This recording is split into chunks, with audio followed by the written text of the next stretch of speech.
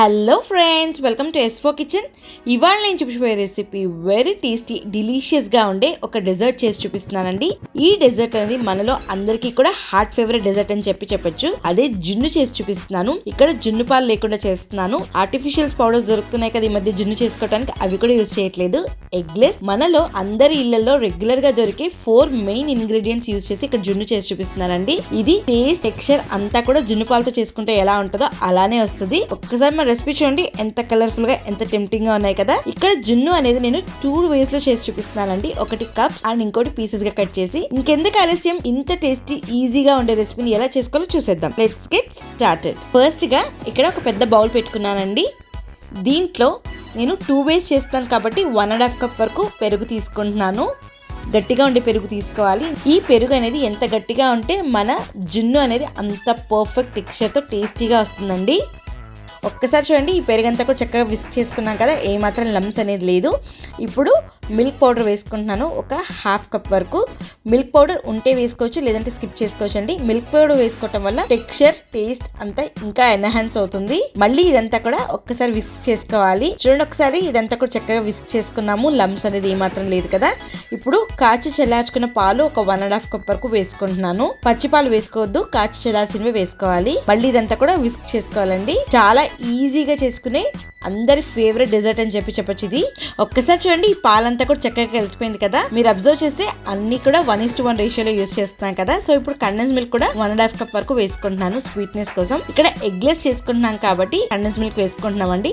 Egg కైతే మీరు బెల్లం యూజ్ చేసుకోవచ్చు. ఒకవేళ మీకు కండెన్స్ మిల్క్ ఎక్కువ అవుతుంది స్వీట్నెస్ అనుకుంటే చూసుకొని తగ్గించుకోవచ్చు. కానీ 1:1 రేషియోలో పర్ఫెక్ట్ గా సరిపోతుంది. ఒకసారి చూడండి, మన పాలు, పెరుగు, కండెన్స్ మిల్క్ అన్ని చక్కగా కలిసిపోయాయి కదా. స్మూత్ గా ఉంది టెక్స్చర్, ఏమాత్రం నమ్స్ అనేది లేదు. ఇదే మన జున్ను పాలు. ఇంకా స్టీమ్ చేసుకుంటే మన ఫేవరెట్ డెజర్ట్ అనేది రెడీ అయిపోతుంది. మన జున్ను పాలు అనేది రెడీ అయిపోయాయి కదండి. ఇప్పుడు 2 వేస్ లో చూపిస్తాను కదా. ఫస్ట్ మెథడ్ వచ్చేసి కప్స్ లో ఎలా స్టీమ్ చేసుకోవాలో చూపిస్తున్నాను. ఇక్కడ చిన్న చిన్న కప్స్ ఒక 3 వరకు తీసుకున్నానండి, స్టీల్ వి. దాంట్లో ఈ జున్ను పాలు ఒక 3/4 పార్ట్ వరకు ఫిల్ చేసుకుంటున్నాను. కొందరు ఈ జున్నుని ఇలా స్టీమ్ చేసుకుని కప్ లో తినడం ఇష్టపడతారండి. ఇంకొందరు పీసెస్ గా కట్ చేసుకుని తినడం ఇష్టపడతారు. సో నేను 2 రకాలుగా కూడా చేసి చూపిస్తున్నాను. మీరు మీకు నచ్చిన మెథడ్ లో చేసుకోండి. ఇలా కప్స్ అంతా కూడా మిల్క్ తో ఫిల్ చేసుకున్నాం కదా. మనం జున్ను ఇలాచీ పౌడర్ లేకపోతే ఏమాత్రం రుచి ఉండదు కదండి.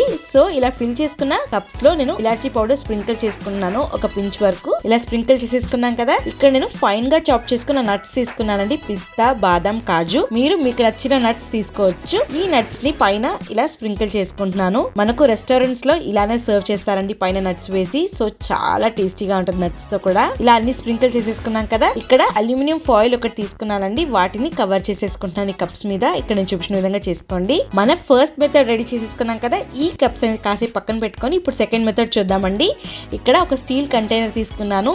ఈ మాత్రం హైట్ ఉంటే సరిపోతుంది. సో మిగిలిన మన జున్ను పాలంతా కూడా ఈ కంటైనర్ లో వేసేసుకుంటున్నాను.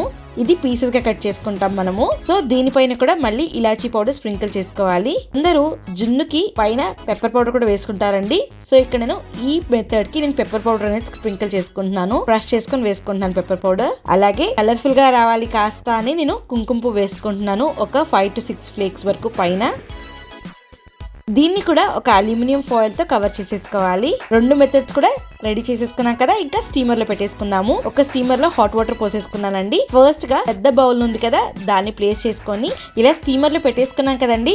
దీంట్లో క్వాంటిటీ ఎక్కువ ఉంది కాబట్టి టైం ఎక్కువ పడుతుంది. సో ఒక 35 to 40 మినిట్స్ వరకు మీరు స్టీమ్ చేసుకోవాలి. ఈ పెద్ద బౌల్ అనేది తీసి పక్కన పెట్టేసుకున్నానండి ఒక 40 మినిట్స్ తర్వాత. ఇప్పుడు చిన్న బౌల్స్ ఉన్నాయి కదా, అదే స్టీమర్ లో చిన్న బౌల్స్ పెట్టుకొని వీటిని ఒక 10 to 15 మినిట్స్ వరకు స్టీమ్ చేసుకోవాలి. ఇది క్వాంటిటీ తక్కువ ఉంది కాబట్టి మనకు ఫాస్ట్ గా స్టీమ్ అయిపోతుంది. ఇప్పుడు మన జున్ను అనేది ఎంత బాగా రెడీ అయిందో ఒకసారి చూద్దామండి. ఇలా ఫాయిల్ తీసేసుకొని చూస్తున్నాను. కుంకుమ పువ్వు వేసుకున్నాం కదా, చూడటానికి ఎంత కలర్ఫుల్ గా ఉంది కదా. పర్ఫెక్ట్ వచ్చింది. ఇలా టూత్ పిక్ కానీ లేదా ఫోక్ కానీ క్లీన్ గా వచ్చింది అనుకోండి, పర్ఫెక్ట్ గా సెట్ అయిపోయినట్టు మన జున్ను అనేది. ఈ బౌల్ అనేది కాసేపు పక్కన పెట్టుకొని మన చిన్న బౌల్స్ కూడా ఎంతవరకు అయినాయో చూద్దాము. వావ్, ఇవి కూడా చూడండి ఎంత ముద్దుగా ఎంత బాగున్నాయి కదా. చూడటానికి టెంప్టింగ్ గా పైన నట్స్ అంతా కూడా కలర్ఫుల్ గా ఉంది కదా. ఇలా జున్ను అన్ని కూడా రెడీ చేసేసుకున్నాం కదా. ఇంకా పర్ఫెక్ట్ సెట్ అవ్వాలి అంటే ఒక 1 అవర్ వరకు రెఫ్రిజిరేట్ చేసుకుంటే మన జున్ను పర్ఫెక్ట్ గా సెట్ అయిపోతుంది. ఇప్పుడు 1 అవర్ అయిపోయింది. ఒక్కసారి మీకు చిన్న బౌల్స్ అనేవి ఎంత బాగా సెట్ అయినాయో చూపిస్తాను. ఇలా స్కూప్ అవుట్ చేస్తున్నాను స్పూన్ తో.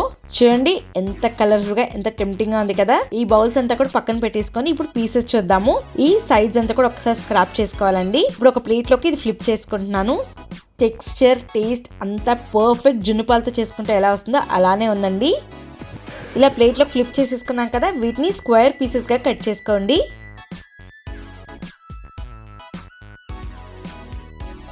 ఇది కూడా ఎంత పర్ఫెక్ట్ టెక్స్చర్తో వచ్చింది, స్క్వేర్గా చక్కగా ఉంది కదా పీస్ అనేది.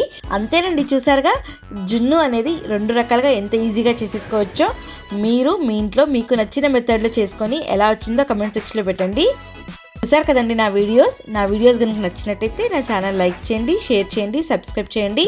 పక్కనే బెల్ బటన్ ప్రెస్ చేయండి ఫర్ ద లేటెస్ట్ అప్డేట్స్.